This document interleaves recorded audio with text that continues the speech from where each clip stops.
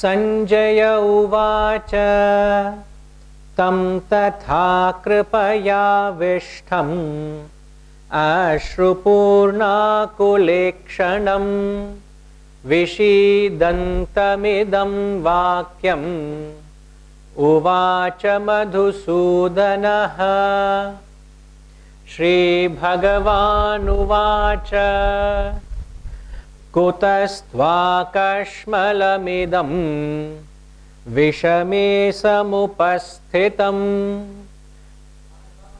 anaryajushtamasvargyam akirtikaram-arjuna karpanya-doshopahata svabhavaha pritchhami tvam dharma-sammudha-chetaha yachreyasya nishchitam bruhi tanme Sheshyasteham shadhimam tvam prapannam.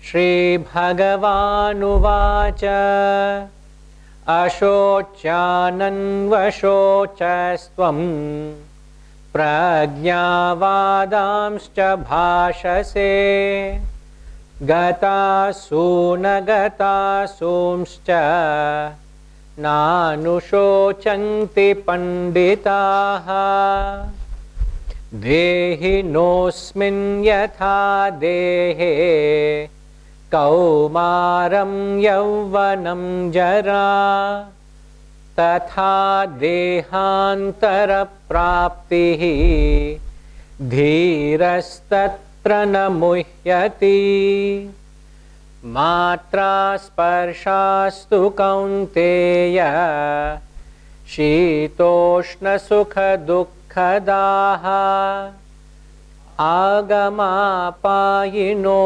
nityaha tam stitikshasva bharata yam hi na vyathayantyete purusham purusharshabha samadukha sukham dhiram somrutatvaya kalpate nasato vidyate bhavaha na bhavo vidyate sataha ubhayorapi drushtontaha tvanayostattvadarshibhihi vasamsi jirnani yatha vihaya navani ghrannati naroparani tatha sharirani vihaya jirnani anyani samyati navani dehi nainam chindanti shastrani nainam dahati pavakaha na chainam kledayantyapaha na shoshayati marutaha.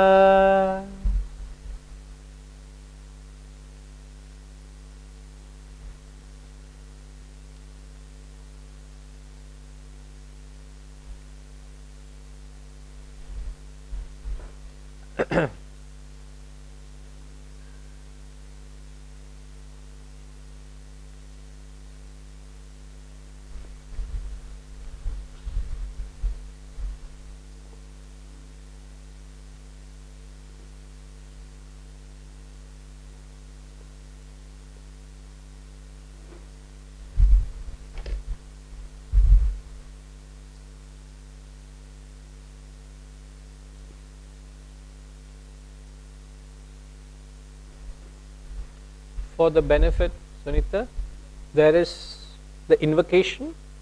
So we'll chant the Om thrice and then we'll chant the invocation together. Okay?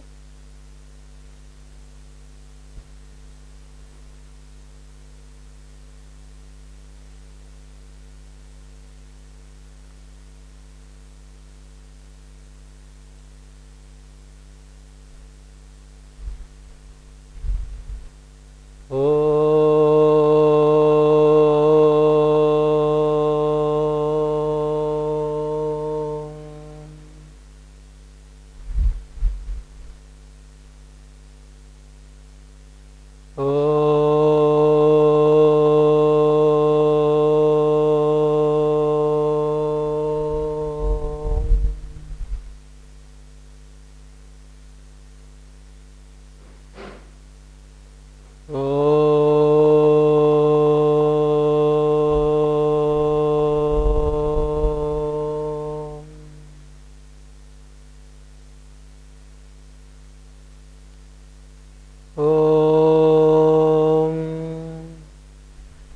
Sahanavavatu Sahanau Bhunaktu Sahaviryam Karavavahai Tejasvinavadhitamastu Ma Vidvishavahai.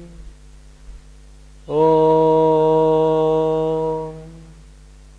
Shanti Shanti.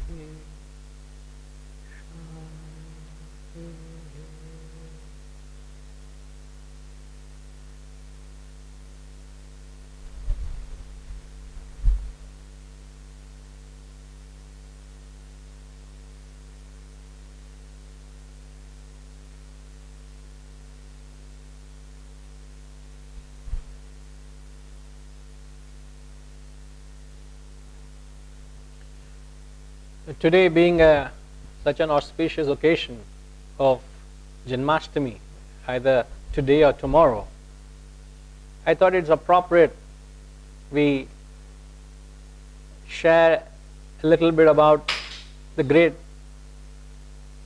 Krishna himself. He is the very hero of the Gita. As you know, the Bhagavad Gita is a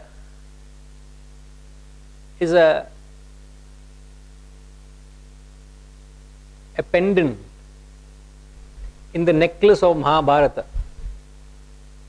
If you take Mahabharata to be the necklace, the Gita is the pendant, and the pendant is something like a centerpiece of attraction.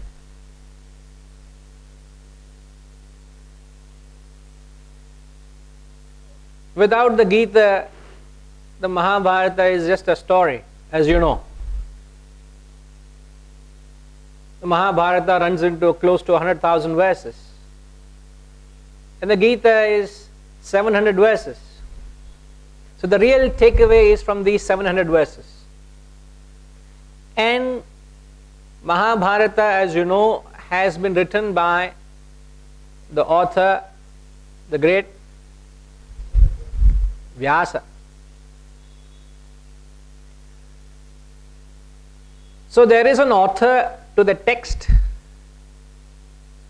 Mahabharata. In the Mahabharata there are various characters, and the centerpiece of the Mahabharata is the conversation between two dear friends, Lord Krishna and Arjuna. So Lord Krishna plays a very central, pivotal role because of his caliber, the way he is positioned, and the message. We all look up to him as a great avatara, the great Lord Narayana himself.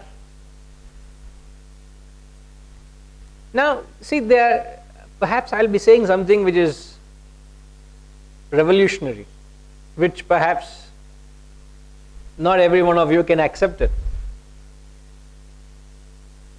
See, when you look at these great, we are talking about Krishna here. Krishna was pitched by Valmiki, Vyasa rather. Vyasa pitched in Krishna, Lord Krishna, in the play Mahabharata, and Valmiki has pitched in Ramayana, and he pitched in the character, the Lord Rama. Now what I am just mentioning is, in fact, Lord Rama or Lord Krishna, we look upon them as the great avatars. We look upon them as God incarnations. In fact, if you sing a bhajan, you will hardly come across a devotional song without the name of Lord Krishna or Rama in it.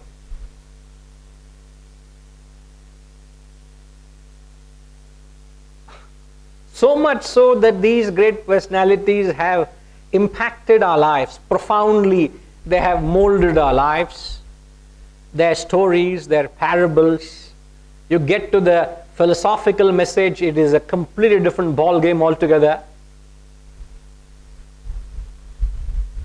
So when you look upon them from a devotional angle, we just bow down with utter devotion and reverence to them because they are God incarnated.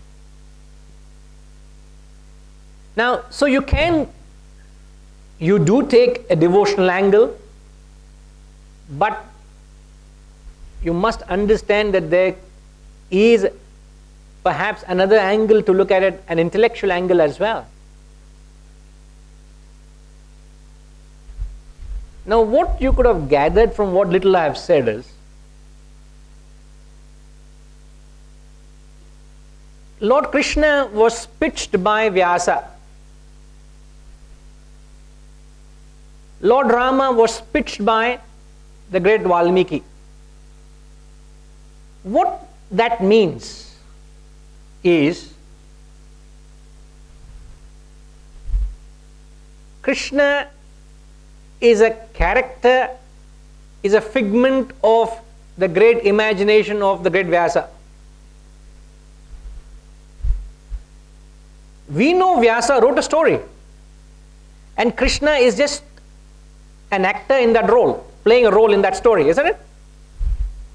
Imagine a huge theatrical performance, and one such character is Krishna, another character is Rama, another character is Arjuna, another character is many other people we know of, the names which we have referred to through stories and parables. Now, what these great men have done with the sole objective of trying to educate mankind. See, when somebody is endowed with this knowledge, it becomes the only obligation to pass it on. Not told by anyone. They don't owe it to anyone, but it becomes their obligation to pass it on. And with that spirit of that commitment to pass on this knowledge was born the great Guru Shishya Parampara, the preceptor-disciple lineage. So when the knowledge was given in the original form, it was given in the purest form, in the purest, highest intellection. You need to be of the highest order to understand what these great men were saying. Perhaps they gave out the original truths in the form of aphorisms. Aphorisms are very short, cryptic statements. Not even statements, just few words. Like they would just say, Tat Twamasi. That's all. And these are Tat Tvam Asi. And then the student will have to say, Ayam Atma Brahma. Or they will say, Prajnanam Brahma. Prajnanam Brahma is a statement of fact. Consciousness is God. Statement of fact. Then comes a statement of advice, that thou art, you are that. They already said what that fact is, and now they are saying, you are that. Oh, okay. Then comes the statement of practice. This individual is that truth.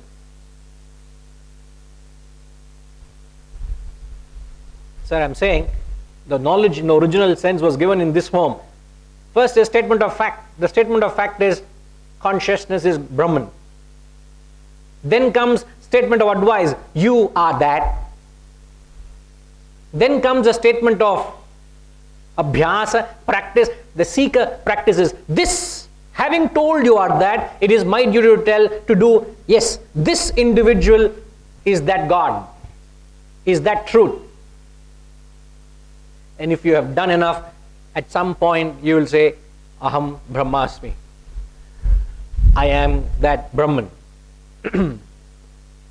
So when the knowledge was given in the original form, it takes a lot out of a student to grasp or fathom or decipher what was meant. No help given by the Guru. No help given, sir. All the, that's all they'll say. That thou art. What am I? No help. Now, as time passed on, the Gurus had to adapt to the caliber of the students. The students' caliber deteriorated. And then they started explaining themselves.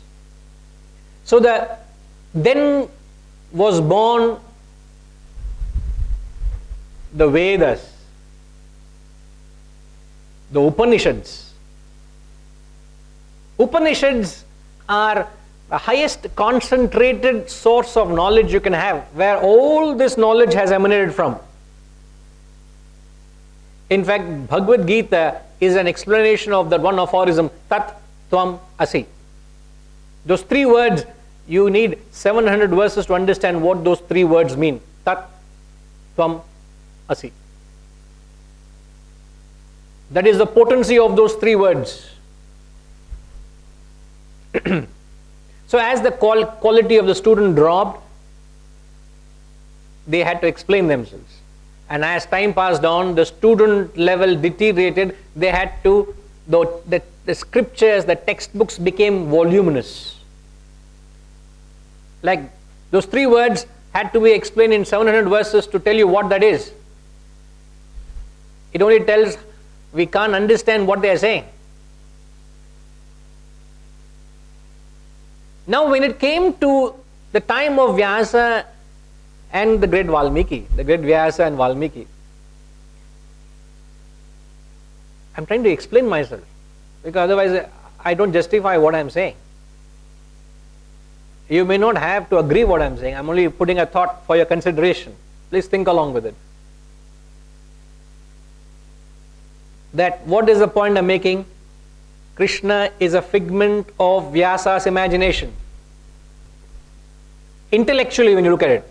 Devotionally, I bow down. I look at Lord Krishna, I celebrate Krishna Purnima, Vyasa Purnima, all Purnima, Guru Purnima, all Purnima is I bow down. Yes, that is devotion aside. Intellection is they had to spin a story to communicate to mankind. And they spun the story of Mahabharata to teach mankind. It is a message for mankind. So did Valmiki, wrote a story of Ramayana, runs into close to 47,000 verses. Again a story, because people were very receptive. They realized if they spoke the pure philosophy, they didn't have an audience. So they spoke a story, they wrote a story. And through the story, they gave a message. Like, how have we been taught, how do you teach children, sir? You tell a story and there's a moral in the story. The Bhagavad Gita is the moral of the great epic Mahabharata. Now what I am trying to establish is, whether you take it literally that Lord Krishna existed in history at some point, or you may say it was an imagination of these great Vishala Buddhi, the giant intellects of Vyasa or Valmiki or these great Mahatmas, they have something very relevant to us, to our lives today. Very, very relevant. This is the need of the hour, to be able to revive, to understand. We are trying to put this effort to revive this knowledge. It shouldn't be a lost cause, but it has a great relevance. So I am going to talk a few aspects of Krishna's life, thinking it literally happened. I'm not talking of Vyasa's imagination. So what does Krishna mean? What does Mathura mean? What are the episodes that happen in Krishna's life? Perhaps it has a certain significance. It is very, very symbolic. So whatever you see, as I've said, is only trying to convey something greater than the mere story. A story is only a means to communicate, please. There's a message in it. That's all I'm saying. So when you look at his life, there's a message, there's a takeaway. Alright? So as I've said, these great men have brought in a profound and a powerful influence in our lives of a Hindu. Can you imagine life without Rama and Krishna? I can't imagine. That's the impact these great men have created. So everything is very symbolic. Now, as we have learned earlier, the very word Krishna means black. Krishna symbolizes the consciousness. Krishna symbolizes the God, the Godhood within.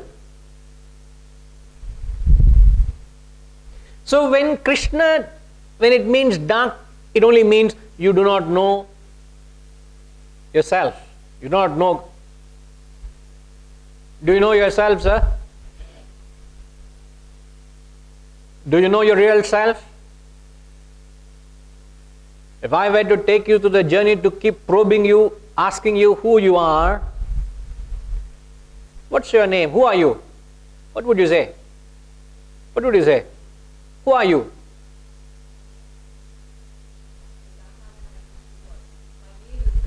Okay, when I ask you who are you, you'll say Sunita. Then I'll say, it's your name. Can you describe further who you are?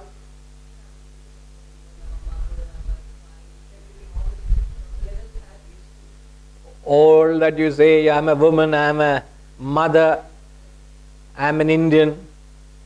Whatever thereafter you are saying is only qualifying, conditioning. But do you know who you are? Whatever that is. Do you know that? So if we go and keep probing further and further, what we know is we know of our outer personality, we know of our inner personality, we know not of our real personality. You don't know who you are, I don't know who I am. Just to indicate that,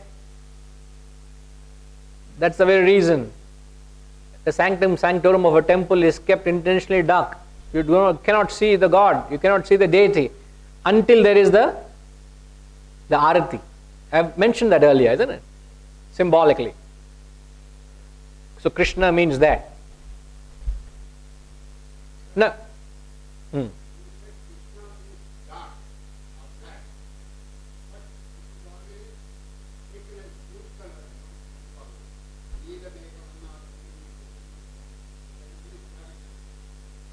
Sir, you are always one step ahead of me, huh? Eppadi sir idu? Huh? Always? I come so well prepared and yet you are one step ahead of me?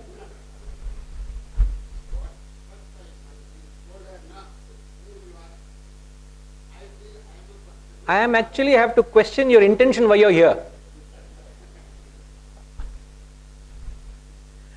That's the very next statement I was about to say. Krishna, in fact, you're right. I'm only saying Krishna symbolizes, means dark. But Krishna means blue. As you referred, Neela Megha. So Krishna symbolizes blue, or Krishna is blue in color, symbolizes the sky, or perhaps the ocean. Symbolizes, what does it symbolize? What does the sky, the blue sky or the blue ocean, what does it symbolize? Sorry? Infinite nature, all-pervasive nature. So you borrow the concept of an all-pervasive nature and you're trying to capture and represent in a form.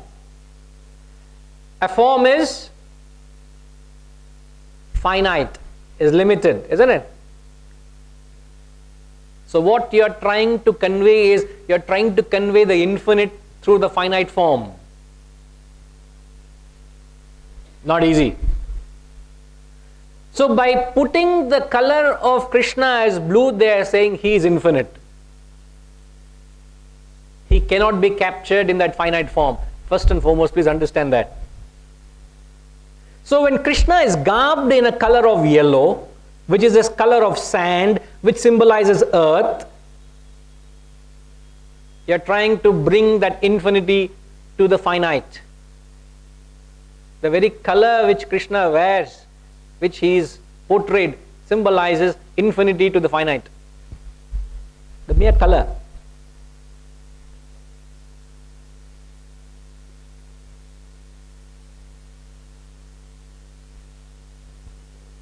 But you understand and I understand, we should understand, that infinity cannot be captured in anything finite. You can't capture infinity in finite. Perhaps that's a representation of Krishna being born in a prison, being shackled, being confined. Prison is only a place where you are shackled and confined or imprisoned. So being born in a prison is trying to say that Krishna, the infinite consciousness, is imprisoned in a form. Not possible. So the moment that Krishna was born, the gates of the prison opened. You are liberated. You can't be confined to the prison. You are free. He was free to go, isn't it? So with all the obstacles, his father Vasudeva took the little infant Krishna and he had no opposition. He was free to go. So you can never capture the infinite in the finite.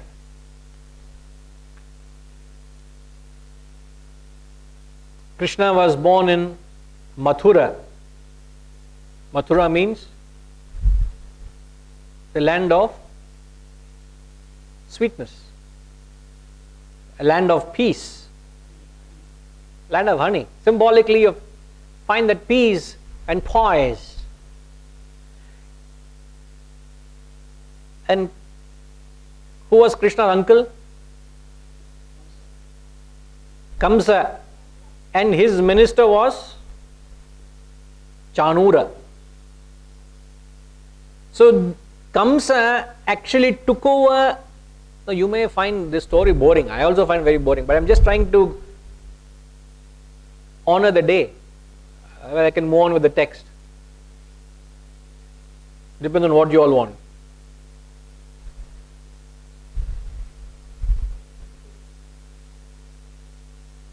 Thank you. So Kamsa and Chanura took over the kingdom from, in fact Kamsa took over his father's kingdom and he destroyed the peace and happiness of Madura, which was a land of honey, as you say. So what does Kamsa and Chanura symbolize? What are the Rakshasas in you? Sir, as I have said earlier, you may not have been there, but everything in this philosophy, please remember this always, this must be the thumb rule behind whenever you study anything here. Everything is an objective representation of a subjective phenomenon. They are only using something external to symbolize something that's happening within. It's a subjective phenomenon. So Mathura, Madhuram. What does the word Madhuram mean? That state of sweetness or poise or happiness. That is your original state. That was the state of Mathura. But it was taken over by Kamsa and Chanura. It has lost its peace and happiness. It becomes a place where there was utter barbarity. There was no value systems. There was no happiness. So Kamsa and Chanura symbolize your ego and egocentric desires. Today, if your life is driven by ego, other day, one of my online classes, one of the students was asking, if somebody flings a nasty remark at me, I know I am not that criticism. Somebody criticizes me. Somebody accuses me of something. I know I am not, because I know myself far more than what you know me. And yet, why do I fall a prey to that criticism? Is that ego, sir? Is there an ego involved?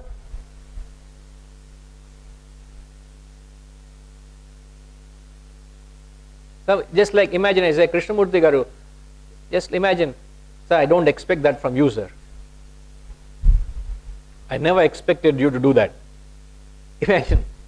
I leave it at that. And then his mind will start, becomes a devil's workshop thereafter. Even if I were not to directly say something. I'm not saying so at all, sir. Please don't. I know you know me. But that is the nature of the world. For no reason somebody will praise you. For no reason they will censure you. But is that my ego is hurt, sir? I'm having sleepless nights over it. How do I handle that? Fantastic conversation we had thereafter. So if your life is overtaken by ego and egocentric desires, symbolized by Kamsa and Chanura, you will lose your peace, your happiness. You have destroyed that sanctity. So they mean that. So what Krishna did?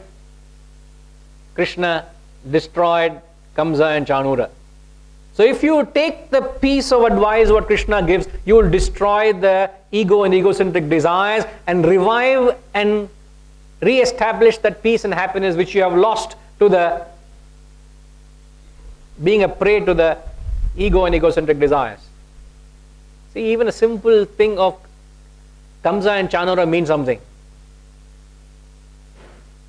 Very, very simple. It's a completely independent study by itself. You take the Mahabharata text, which runs in 100,000 verses. As I said, they picked up a character to communicate something. Karna means something. Yudhishthira means something. Duryodhana means something. Every aspect of a character means something in your personality. And how to connect that, how to knit all that and make a sense of it is an independent study by itself.